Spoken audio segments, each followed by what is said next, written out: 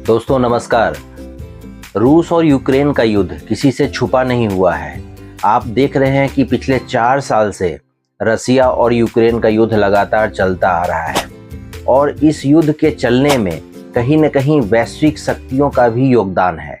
Basically जो जितने भी पश्चिमी कंट्री हैं, यूरोपियन कंट्री हैं और अमेरिका है, ये सारे के सारे यूक्रेन के साथ हैं और इधर रसिया अपने ऑयल बिजनेस के थ्रू कह सकते हैं कि इंडिपेंडेंटली अपनी अर्थव्यवस्था को बचाने के लिए बिजनेस के थ्रू अपने फंड को जुटा रहा है और दोनों पक्षों में युद्ध पिछले 4 साल से चलता हुआ आ रहा है।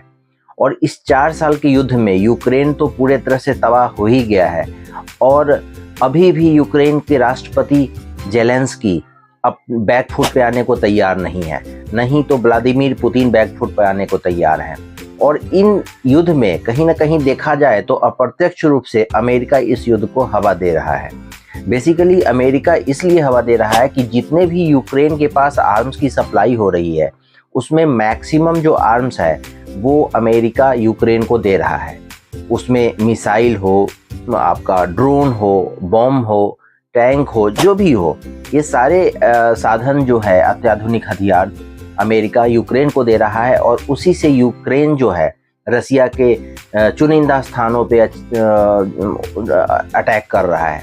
जैसे कि उनका ऑयल का रिफाइनरी है, वहाँ पे अटैक हो रहा है, मॉस्को में बहुत जगह उन्होंने अटैक किया है। तो इससे क्या है कि फिर रसिया इसका पलटवार करता है। ऐसे करते हुए इस युद्ध के 4 साल हो गए हैं। इस बीच में एक नया चीज़ आ गया है सामने कि पुतिन ने एक बुरबेस्तनिक नाम की एक मिसाइल का परीक्षण किया है। ये मिसाइल पूर्ण रूप से परमाणु फ्यूल पे चलने वाला मिसाइल है।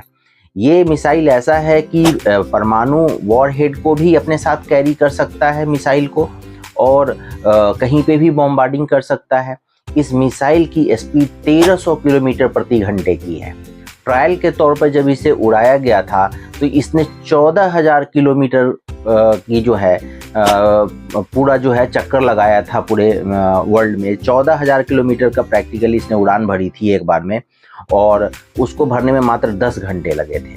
वैसे इसकी कैपेसिटी एक बार में 20,000 किलोमीटर, एक बार उड़ान भरने के बाद 20,000 किलोमीटर तक ये मिसाइल कहीं भी अपने टारगेट को हिट कर सकती है।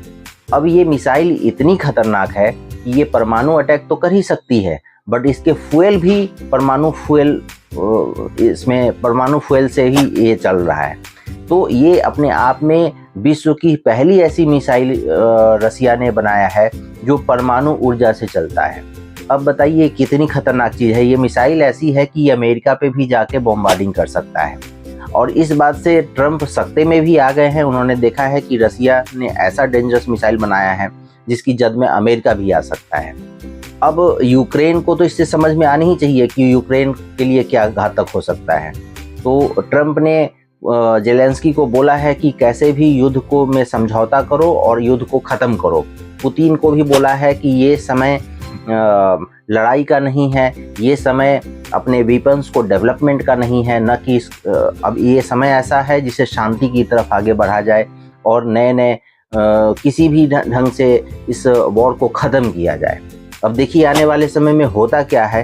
बट अभी जो है व्लादिमीर जेलेंस्की अमेरिका जाके वहाँ का उनको टॉमहॉक मिसाइल मांग रहे थे अमेरिका से कि मुझे दो, मैं मॉस्को पे अटैक करूँगा। इसी बीच पुतिन ने एक नया बम फोड़ दिया, उसने ऐसी मिसाइल बना लिया जो परमाणु ऊर्जा से चलती है। तो ये युद्ध में अगर दोनों पक्ष अगर बैकफुट पे नहीं आए तो आने वाला समय इस विश्व के लिए बहुत ही घातक होने वाला है। आपकी क्या राय है हमें कमेंट करके बताइएगा। चैनल पे पहली बार आए हैं तो चैनल को फॉलो सब्सक्राइब कर लीजिए, वीडियो को लाइक भी कर दीजिएगा और अपने दोस्तों में शेयर भी कीजिएगा। Thank you very much.